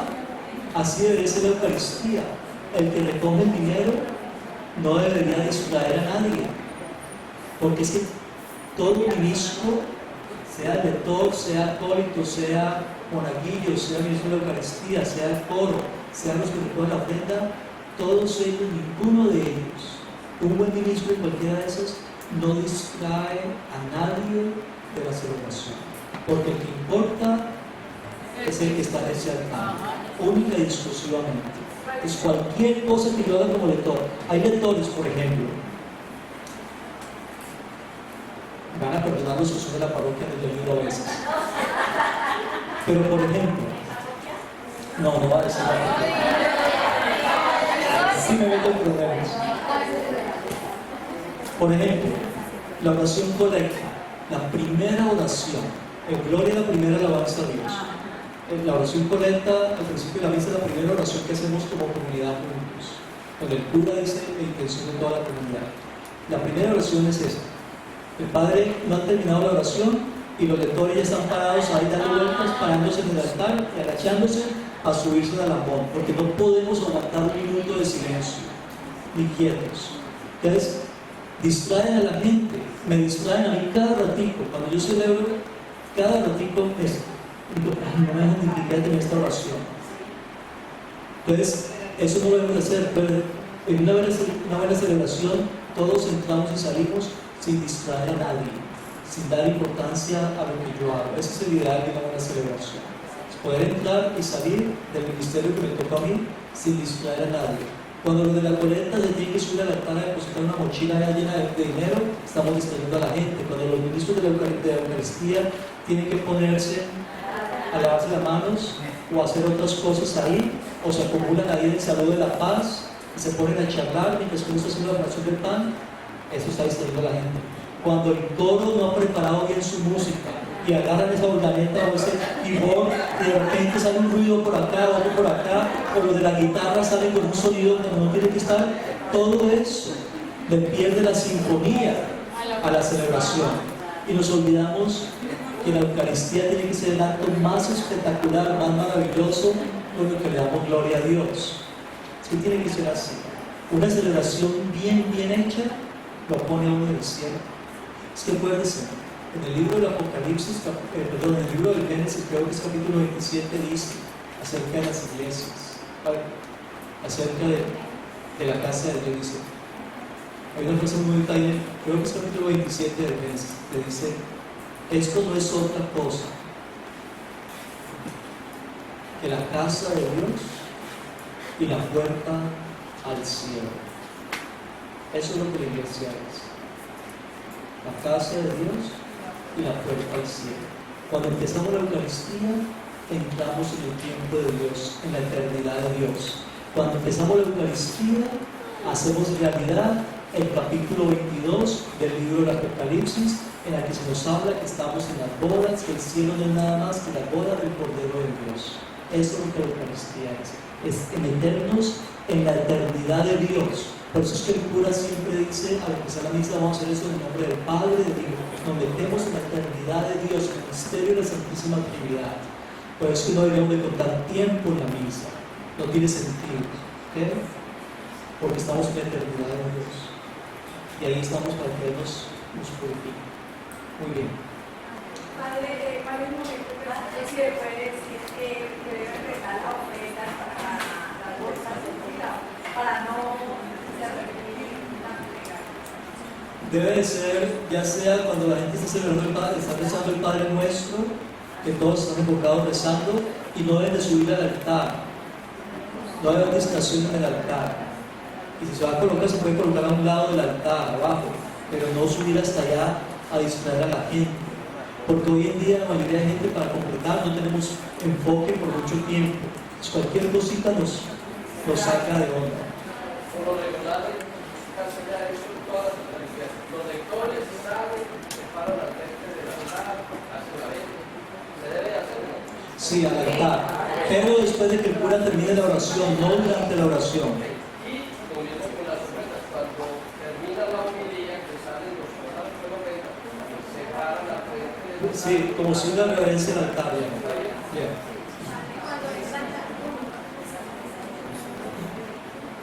Sí, la parroquia de Guinness, sí.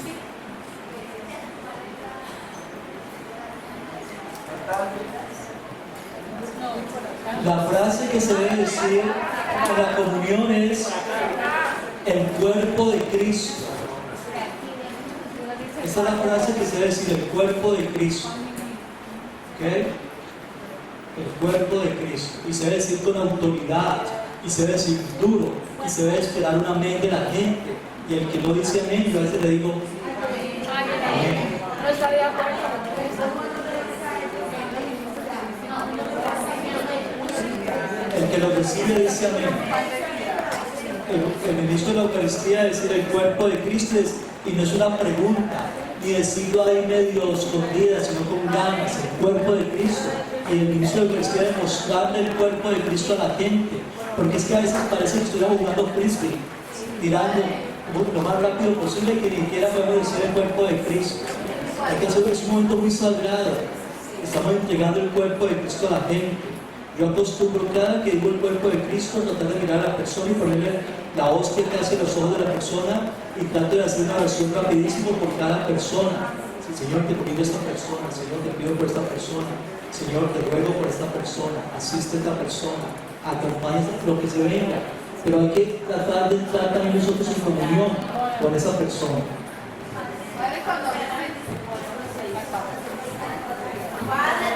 Listo, vamos a pedirle al Señor que convierta nuestras vidas en una ofrenda agradable a Él, ¿sí?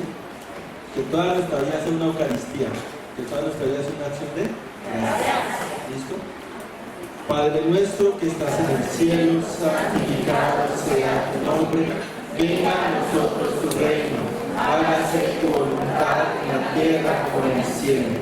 Danos hoy nuestro pan de cada día, perdona nuestras ofensas, como también nosotros perdonamos a los que nos ofenden.